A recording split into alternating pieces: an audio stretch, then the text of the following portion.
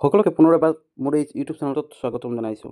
তো যিসকলে বিচাৰি আছে আগন্তুক পৰ্যায়ত LPUP ভেকেঞ্চি কাৰণে আপোনালোকে প্ৰিপাৰেশ্যন চলাব বুলি, সেই সকলো শিক্ষাৰ্থীৰ কাৰণে বিশেষকৈ এইটো ভিডিঅ' অতিকে গুৰুত্বপূৰ্ণ বিষয় হ'বলৈ গৈ আছে। লগতে ইয়াৰ লগে লগে আগন্তুক আহিবলগীয়া যি এডিআৰই এক্সাম আছে, সেইসকল শিক্ষাৰ্থীও কেনেকৈ কি কৰিব পাৰিব, কি কি কোনটো মানে ষ্ট্ৰেটেজি ফ'ল' কৰিলে তেওঁলোকে কিবা আগন্তুক পৰ্যায়ত মানে উত্তীৰ্ণ হ'বলৈ কোনো ধৰণৰ অসুবিধা নহ'ব, সেই গোটেইখিনি বিষয়সমূহ কেনেকৈ কি কৰিব গোটেইখিনি ক'বলৈ গৈ আছোঁ। আৰু আগন্তুক সময়ত কি হ'বলৈ গৈ আছে সেই সম্পৰ্কে আপোনালোকে কি এখন আইডিয়া দিবলৈ গৈ আছোঁ এই ভিডিঅ'ৰ জৰিয়তে।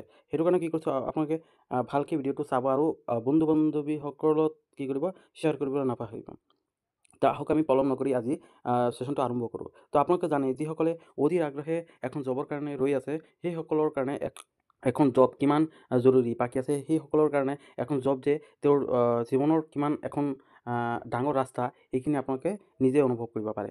তো এইটো কাৰণে কৈছোঁ, আগন্তুক আপোনালোকে চাইছে এতিয়া পঞ্চায়ত ইলেকশ্যন অসমত চলি আছে, সেই সময়ত আকৌ আমি এইখিনি কথা চিন্তা কৰিব লাগে। আগন্তুক আহিবলগীয়া কি ইলেকশ্যন আছে এইখিনি আমাৰ চিন্তা কৰিব লাগিব যে বিধানসভা ইলেকশ্যন আহি আছে 2026-ত। তো সেইটো কথা মনত ৰাখি আপোনালোকে ভাবি ৰাখিব যে কি আগন্তুক পৰ্যায়ত যিসকল শিক্ষাৰ্থী BEd বা DLEd উত্তীৰ্ণ হৈছে আৰু সেইসকলে LPUPৰ কাৰণে প্ৰিপাৰেশ্যন চলাই আছে বা যিসকলে এতিয়াও এপিয়াৰিং আছে, সেইসকলৰ কাৰণে গুৰুত্বপূৰ্ণ হ'বলগীয়া আছে এইটো সময়। কাৰণ এতিয়া যদি আপোনালোকে কি কৰে, ভালদৰে প্ৰিপাৰেশ্যন কৰি CTETৰ দৰে এক্সামসমূহ কি আছে, আন ৰাজ্যৰ দৰে কি আছিল, অসমৰ কি আছে, এইবাৰ এইটো এক্সাম কি আছে বহুতো গুৰুত্বপূৰ্ণ হ'বলগীয়া আছে। আপোনালোকে যদি এতিয়াৰ পৰা লাহেকৈ ডেইলি বেচিছত যদি সময় দিয়ে CTETৰ কাৰণে কেনেধৰণে কিতাপ পঢ়িব লাগিব, সেইখিনি আপোনালোকে মোৰ এইটো চেনেলত নেক্সট ভিডিঅ'ত আমি জনাই দিম। কেনেকৈ পঢ়িলে আপোনালোকে সফলতা পাব আৰু পাবই, সেইখিনি আমি জনাই দিব পাৰোঁ। তো আপোনালোকৰ দায়িত্ব হ'ব সেইখিনি কি আছে, কেনেকৈ প্ৰিপাৰেশ্যন কৰিব লাগিব সেইখিনি মই জনাই দিয়াৰ পিছত আপোনালোকে সেইখিনি কৰিব লাগিব।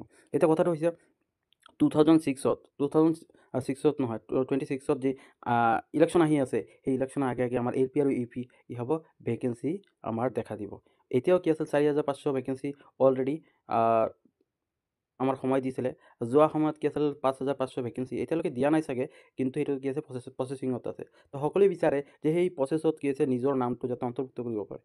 ইয়াৰ কাৰণে কি আছে, সকলোৱে কষ্ট কৰি আছে আৰু কষ্ট কৰি যাব, যিসকলে মনে প্ৰাণে সেইখিনি বিচাৰি আছে। তো সেইকাৰণে কৈছোঁ, যিসকলে এতিয়ালৈকে প্ৰিপাৰেশ্যন আৰম্ভ কৰা নাই, যিসকলে ভাবিছে তেনেকুৱা এখন জব লোৱাৰ কাৰণে, তেওঁলোকে কি কৰিব পাৰে, আপোনালোকে পাৰিলে কি কৰিব, CTET এতিয়ালৈকে CTETৰ ন'টিফিকেশ্যন ওলোৱা নাই যদিও CTETৰ ন'টিফিকেশ্যন ওলোৱা নাই, ঠিক আছে। সকলোৱে কৈ আছে যে কি আছে অফিচিয়েলটো, এইখিনি আমি চাই লওঁ এতিয়ালৈকে দিছে কি নাই।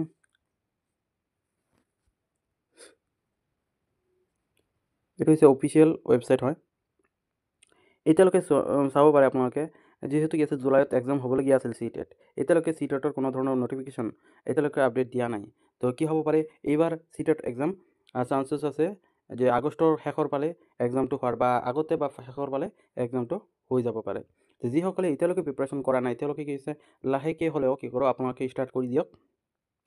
যোনটো NCERT কিতাপ হয়, সেই কিতাপসমূহ আপোনালোকে কি কৰিব, আগতে ৰেডি কৰি ৰাখক, নিজৰ হাতৰ ওচৰত ৰাখক, যাতে কি কৰিব আপোনালোকে প্ৰিপাৰেশ্যন কৰাৰ ক্ষেত্ৰত কোনো ধৰণৰ বাকী কাৰোবাৰ নোটছ কিনিব লাগিব, এইবোৰ নকৰি পেলাই নিজে পঢ়িবলৈ ট্ৰাই কৰক। যিসকলে এপিয়াৰিং হয় এতিয়া BEd বা DLEd, সেইসকলে কি কৰিব পাৰে, সেইসকলে এটা কাম কৰিব পাৰে, সেইসকলে অনলাইনত আপোনালোকে পাই যাব যে কি আছে, যদি নাপায় তেনেহ'লে মোৰ টেলিগ্ৰাম চেনেলত জইন কৰি ল'ব, আৰু মই তাত কি আছে CTETৰ কাৰণে যিসমূহ কিতাপ লাগে সেইখিনি কি কৰিম, মই PDF আকাৰত তাত দি দিম।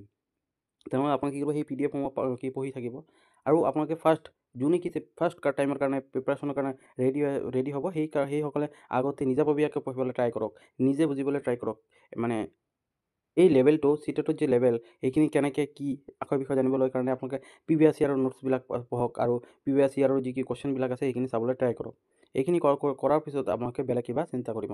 তো আৰু যিসকলে এতিয়ালৈকে প্ৰিপাৰেশ্যন কৰিছে, এতিয়ালৈকে মানে ছাকচেছ হোৱা নাই, সেইসকলক কৈছোঁ আপোনালোকে কাৰোবাৰ কি আছে ক্লাছত মানে এটেণ্ড কৰি পেলাইহে যে পাছ কৰি ল'ব, সেইটো নহয়। আপোনালোকে কি কৰিব, নন ষ্টপ আপোনালোকে কি কৰিব, যিখিনি চিলেবাছ আছে সেই চিলেবাছৰ গোটেইখিনি এটা এটাকৈ টপিক আপোনালোকে কৰিবলৈ ট্ৰাই কৰক। ইউটিউবত ধুনীয়াকৈ দিয়া আছে, ক'ত কি দিয়া আছে সেইখিনি আমি কি কৰিম, নেক্সট ভিডিঅ'ত জনাই দিম। CTET সম্পৰ্কে যদি আপোনালোকে কিবা জানিব বিচাৰে তেনেহ'লে কি কৰিব, তলত কমেণ্ট ছেকশ্যনত লিখিব পাৰে। আৰু কি হৈছে, ময়ো যিহেতু কি CTET পাছ কৰা কেণ্ডিডেট হয়, তো সেইকাৰণে কৈছোঁ কেনেকৈ কি কৰিব লাগিব সেইখিনি মই নিজে সেইখিনি আমি অনুসন্ধান কৰি পেলাই আমি জানিছোঁ। তো সেইকাৰণে কৈছোঁ সেই বিষয়সমূহ যদি আপোনালোকে বিচাৰে নে নাই, তলত কমেণ্ট ছেকশ্যনত লিখিব পাৰে।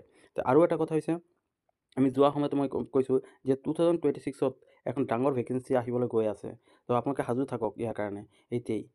যে যোনসকলে ভাবি আছে যে নহয় আমি যেতিয়া ন'টিফিকেশ্যন ওলাব তেতিয়া আমি পঢ়িম, তেতিয়া কি হ'ব, যিসকলে পাবলগীয়া আছে তেওঁলোকে কি কৰি আছে এতিয়াৰ পৰাই প্ৰিপাৰেশ্যন অলৰেডি ষ্টাৰ্ট কৰিছে, বা কোনোবাই কি আছে কেইবছৰ ধৰি কি আছে কৰিয়ে আছে, মানে কণ্টিনিউৱাছ প্ৰচেছত ৰাখিছে। তেনেকুৱা নহয় কিবা পঢ়িছে পাহৰি গৈছে আকৌ ৰিটাৰ্ণ পঢ়িছে, তেনেকুৱা হ'লে কি হয় প্ৰিপাৰেশ্যনত যি গেপ থাকে সেইটো গেপেই কি কৰে পৰৱৰ্তী সময়ত আমাৰ ভেকেঞ্চিৰ ক্ষেত্ৰত দেখা যায় মেৰিট লিষ্টত নিজৰ নামটো অন্তৰ্ভুক্ত কৰিবলৈ অসুবিধাত পৰিবলগীয়া হয়।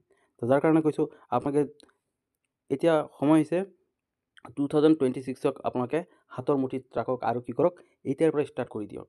যদি আপোনালোকে এডিআৰিৰ কাৰণে যদি আপোনালোকে বিচাৰি আছে এডিআৰিৰ কাৰণে কেনেধৰণৰ হেল্প আপোনালোকক পাব পাৰে এই চেনেলত আপোনালোকে লগত থাকিলে আপোনালোকে জানিব পাৰিব।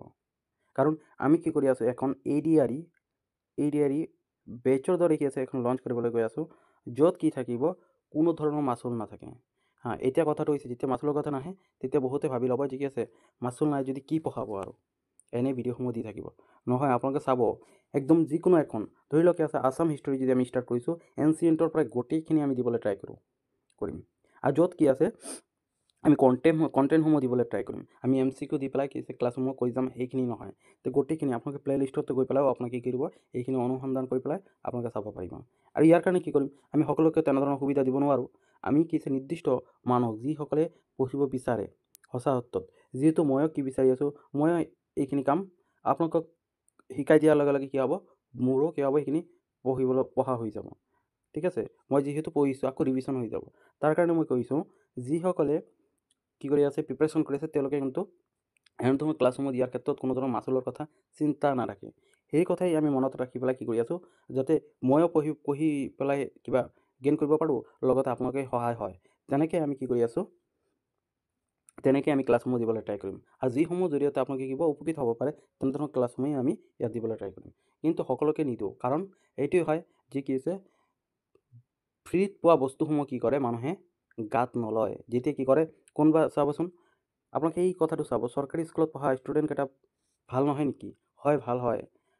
গাৰ্জেনো কিছুমান থাকে, আকৌ টিচাৰো তেনেকুৱা কৰে চাগে। যিয়ে নহওক কি কৰে তেওঁলোকক গাফিলিটি যোনটো আছে গাত নলগায়, পইচা দিলেহে ঠিক আছে আমি পইচা দিছোঁ তাৰমানে বস্তুটো ভাল পাব লাগিব, তেনেধৰণৰ মানসিকতা মানুহৰ মনত থাকে। যাৰ কাৰণে কি হয় কি কৰিছোঁ যিসকলে পঢ়িব বিচাৰে তলত কমেণ্ট ছেকশ্যনত নিজৰ নাম লিখিব। নাম নিলিখিলেও হ'ব, যে জইন হ'ব বিচাৰে তেওঁলোকক আমি কি কৰিম এখন বেলেগকৈ টেলিগ্ৰাম চেনেল তেওঁলোকৰ কাৰণে দি দিম আৰু তেওঁলোকে তাত জইন কৰিব। আৰু তেওঁলোকৰ কাৰণে কি হ'ব এই ক্লাছসমূহ ফ্ৰী থাকিব। ইউটিউবত ক্লাছ হ'ব কিন্তু সকলোৱে দেখা নাপাব। তো যিসকলে বিচাৰে তেনেধৰণৰ ক্লাছসমূহ বিচাৰে সেইসকলে কি কৰিব পাৰে অংশগ্ৰহণ কৰিব পাৰে। আমি এডিআৰিৰ কাৰণে আকৌ আৰু এটা কথা আছে, যিসকলে প্ৰিলিমছৰ কাৰণে পঢ়ি আছে APSC দিব সেইসকলে কি কৰিব এই ক্লাছসমূহ কি কৰিব পাৰে চাব পাৰে। কাৰণ সেইসকলেও কি কৰিব পাৰে এই কণ্টেণ্টসমূহ যেতিয়া দিম নহয় এই কণ্টেণ্টৰ ওপৰত বেছ কৰি কিন্তু প্ৰিলিমছৰ যি কুৱেশ্যনসমূহ আহে তাত কি হয় ডাইৰেক্টলি কুৱেশ্যন নাহে, তাত কিছুমান অপশ্যনেল দিয়া থাকে। সেই অপশ্যনেলটো কেতিয়া পাৰিব যেতিয়া আমি কনচেপ্টটো আমি বুজি ল'ব পাৰিম। এতিয়া CTETৰ কাৰণে কি আমি ছাবজেক্ট পঢ়াম, আমি SST পঢ়াবলৈ ল'ম। কাৰণ SST বহুতো ষ্টুডেণ্ট আছে CTETৰ যি ছেকেণ্ড পেপাৰ আছে, যিহেতু মই বি এড পাছ কৰা কেণ্ডিডেট হয়, মই অলৰেডি পাছ কৰা হয়, তথাপিও মই কি কৰিম SSTৰ কাৰণে আপোনালোকক পঢ়াবলৈ আমি ট্ৰাই কৰিম। আমি য'ত পঢ়াম তেতিয়া কি হ'ব আমি কণ্টেণ্টৰ ওপৰত গুৰুত্ব দিম, যি কয় কণ্টেণ্টৰ ওপৰত গুৰুত্ব দিম। তো তাৰ কাৰণে কিছু বেলেগ কি থাকিব টেলিগ্ৰাম গ্ৰুপ থাকিব, য'ত আপোনালোকে কি হ'ব ছেপাৰেটলি এটা এক্সামৰ কাৰণে প্ৰিপাৰেশ্যন কৰিব পাৰে। তাৰ কাৰণে আপোনালোকে কি কৰিব প্ৰথম অৱস্থাত এইটো ভিডিঅ'ৰ তলত আপোনালোকে কি কৰিব লাইক ছাবস্ক্ৰাইব কৰি আপোনালোকে বেল আইকনটো প্ৰেছ কৰাৰ লগে লগে এটা কাম কৰিব, এটা যি টেলিগ্ৰাম চেনেল দিয়া আছে তাত জইন কৰি লওক, ডেছক্ৰিপশ্যনত দিয়া আছে। তাত গৈ পেলাই আপোনালোকে সেই টেলিগ্ৰাম চেনেলত আপোনালোকে লিখক, নহ'লে কিবা এইটো ভিডিঅ'ৰ তলত কি কৰিব আপোনালোকে কমেণ্টত লিখক জইন কিবা লিখক যে এডিআৰি বা কি আছে APSC প্ৰিলিমছ বা CTET বুলি লিখক, তে আমি গম পাম যে কি আপোনালোকে সেইখিনি বিচাৰে। তাৰ কাৰণে কি কৰিম আপোনালোকক ডাইৰেক্টলি লিংক দিয়া হ'ব, তাত জইন কৰিলে হ'ব। তো মই আশাবাদী আপোনালোকে এইখিনি কৰিব বিচাৰে। আৰু এইটো ভাবি নল'ব যে কি আছে ফ্ৰী দি আছে কাৰণে ফ্ৰী বস্তু ভাল নহয়। যদি আপোনালোকে সেইখিনি ভাবে তেনেহ'লে জইন কৰিব নালাগে, যাৰ লাগিব তেওঁৱে কি কৰিব জইন কৰিব পাৰে। তো যিসকলে মোক বিশ্বাস কৰি বা বিলিভ কৰি পেলাই মোক কি কৰিব জইন কৰিব তেওঁলোকে কি হ'ব যি পাবলগীয়া আছে তেওঁলোকে পাব, আৰু যিসকলে বিলিভ নকৰে তেওঁলোকে এইখিনি নকৰিলেও হ'ব। তো আজিলৈকে ইমানে আছিল। যদি ভিডিঅ'টো ভাল পায় তেনেহ'লে ছাবস্ক্ৰাইব কৰি বেল আইকনটো প্ৰেছ কৰিবলৈ নাপাহৰিব।